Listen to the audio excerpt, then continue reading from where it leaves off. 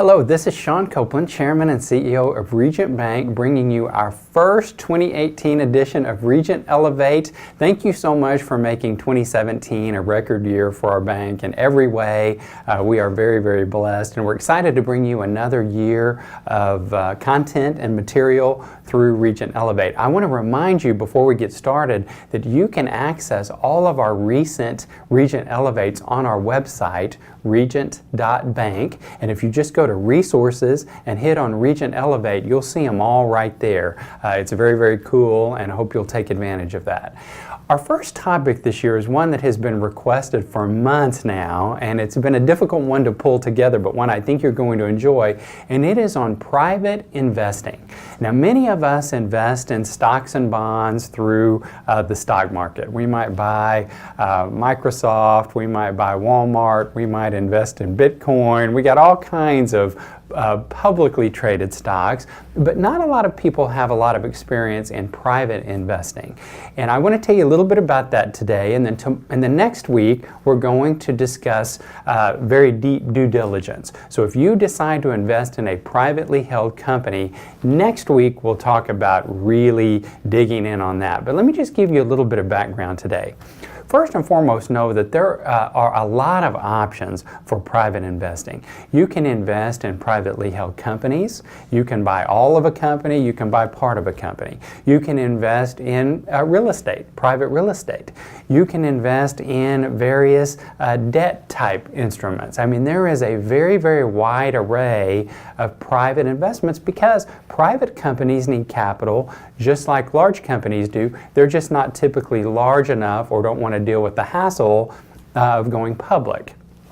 So what we're going to talk about over the next couple of weeks is what to look for whenever you are making those types of investments. Now, I will tell you, a private investment is very different than stock market investing. It can be very lucrative. You can make much higher returns, in my experience, than you can in the stock market. However, it requires significant due diligence because the risks are typically higher and there's just not a lot of work being done on your behalf. When you invest in a public company, you have investment banks and other firms that are already doing all of this underwriting. They're making presentations to the analysts are rating the stock, so other people are doing a lot of the work for you that you need to do in a privately held investment.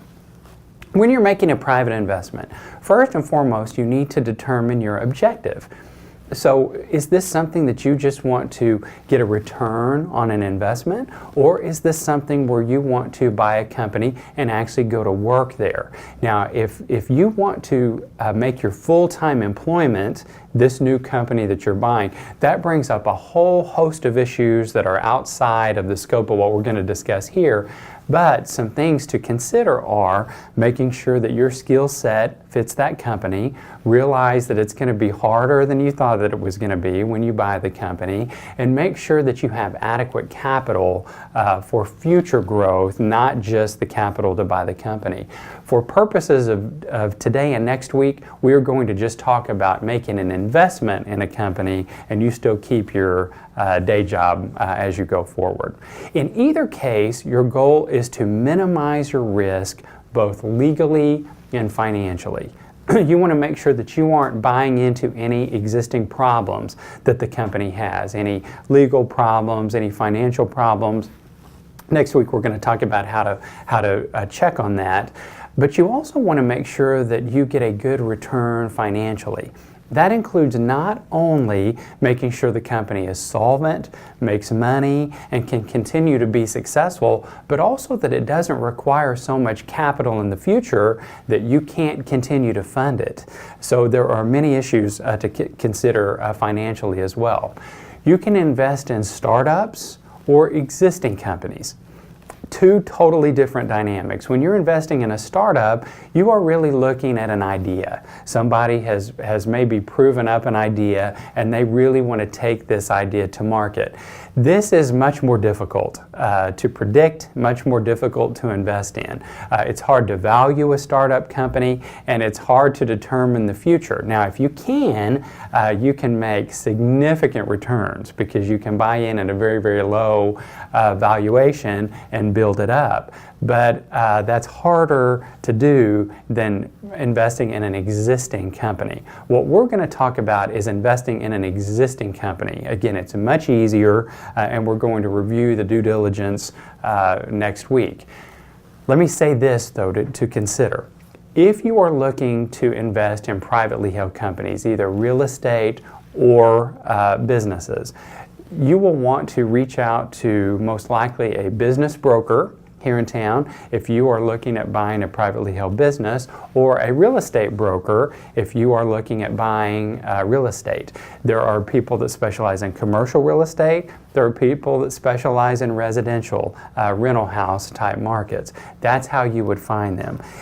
What you're going to want to look for is you're going to want to make sure that you understand the ownership, you understand the finances, that you understand the legal piece, and that you understand your rights as a shareholder. So again, our purpose today is to give an overview of private investing and explain what's out there. I think it's an excellent way to make money. It's certainly something that we have done a lot of over our investing experience. And next week we'll talk about how to really dig into those financials and the legal documents to make sure that you make a good decision. Thank you so much for joining us this week on Regent Elevate. We appreciate it, and we'll talk to you next week.